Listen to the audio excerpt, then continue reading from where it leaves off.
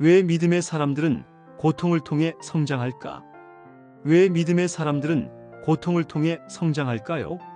이 질문은 단지 수수께끼가 아니라 우리의 영적 여정을 근본적으로 정의하는 진리입니다.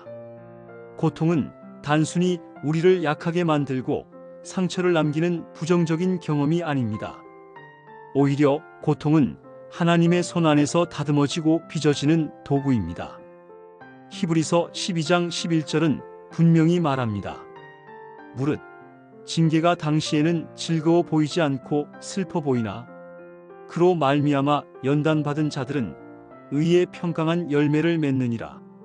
당신이 지금 고통의 한가운데에 있다면 그것은 단순히 무의미한 아픔이 아니라 하나님께서 당신을 더 강하고 성숙한 믿음의 사람으로 훈련시키고 계신다는 증거입니다. 때로 우리는 고통 속에서 하나님의 뜻을 이해하지 못할 때가 많습니다. 왜 이 일이 나에게 일어나는 것일까? 라는 질문이 반복될 수 있습니다. 하지만 하나님은 당신의 현재 상황 이상의 것을 보고 계십니다. 그분은 당신의 끝을 알고 계시며 고통을 통해 당신을 빚으시는 도공이십니다. 고통의 첫 번째 목적은 당신을 깨끗하게 하시는 것입니다. 때로 우리의 삶은 불순물로 가득 찹니다.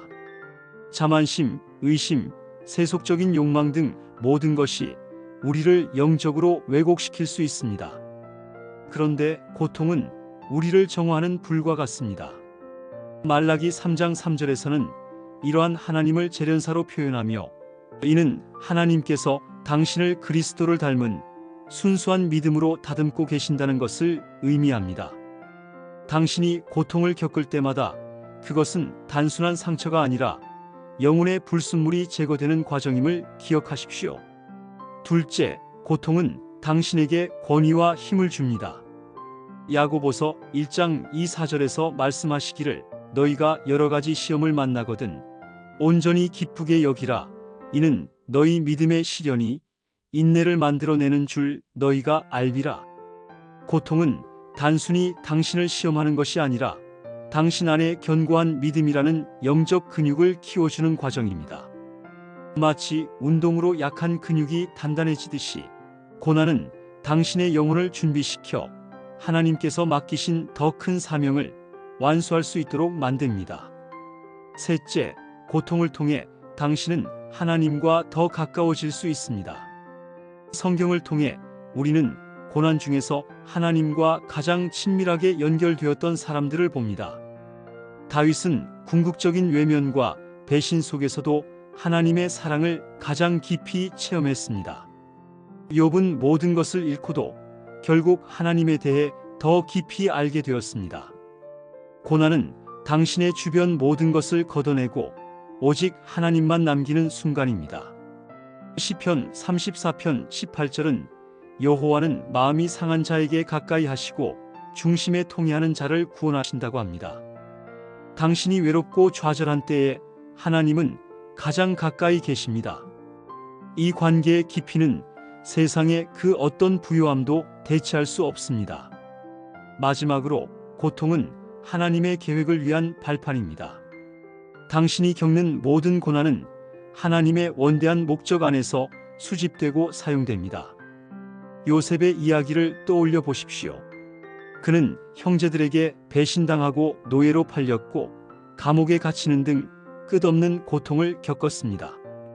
그러나 하나님의 계획은 한순간도 흔들리지 않았습니다.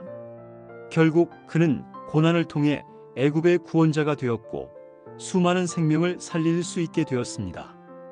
당신이 지금 겪는 고통이 이해되지 않는다고 해도 하나님은 그것을 목적 안에서 사용하실 것입니다. 결론적으로 고통은 그 자체로 성장을 의미합니다. 성경은 고통이 끝이 아니라 성장의 시작임을 끊임없이 가르칩니다. 만약 당신이 지금 아픔 중에 있다면 그것은 하나님께서 당신을 정화하고 강하게 만들며 자신과 가까워지게 하고 더 큰 사명을 준비시키고 계심을 의미합니다. 그러니 고통을 단순히 피해야 할 것으로 보지 마십시오. 오히려 그것을 읽으십시오. 그것을 통과하십시오. 그것을 통해 하나님께서 이루실 위대한 일을 기대하십시오. 그리고 오늘 당신의 아픔 중에서도 선언하세요. 하나님, 제 믿음이 더욱 성숙해지도록 이 고통 또한 주님께 드립니다. 고통은 끝이 아니라 새로운 믿음의 시작입니다. 하나님 아버지, 이 시간 저의 삶 가운데 고난과 아픔을 통해 일하고 계시는 주님의 섭리에 감사드립니다. 무릇 징계가 당시에는 즐거워 보이지 않고 슬퍼 보이나 그로 말미암아 연단받은 자들은 의의 평강한 열매를 맺느니라는 말씀을 붙들며 지금 이 시간이 단순한 고통이 아니라 저를 더 큰 믿음의 사람으로 다듬어 가시는 과정임을 깨닫게 하옵소서. 주님, 너를 낮추시며 너를 시험하사 내 마음이 어떠한지 알려 하심이라는 말씀처럼 이 고난의 시간을 통해 저의 마음을 드러내어 주시고 주님께서 원하시고 기뻐하시는 순종과 인내를 배우게 하옵소서. 제 안에 있는 자만심, 의심, 조급함 같은 불순물을 제거하시고 정결한 믿음의 그릇으로 빚어 주옵소서. 너희가 여러 가지 시험을 만나거든 온전히 기쁘게 여기라.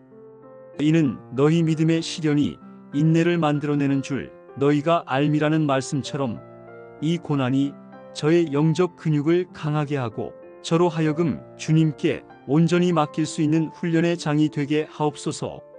하나님, 여호와는 마음이 상한 자에게 가까이 하시고 중심에 통해하는 자를 구원하신다는 말씀처럼 고난 가운데에서도 주님께서 저를 떠나지 않으시고 가장 가까이에서 위로하시며 함께하심을 믿습니다. 제 마음이 흔들릴 때마다 주님의 사랑 안에서 평안을 얻기를 원하며 주님만을 바라보는 믿음을 허락해 주옵소서. 또한 욥과 요셉의 이야기를 통해 주님의 섬세한 계획과 놀라운 목적을 배웁니다. 모든 고난 가운데에도 주님의 완전한 계획이 있음을 신뢰하며 저의 모든 것을 주님께 맡깁니다.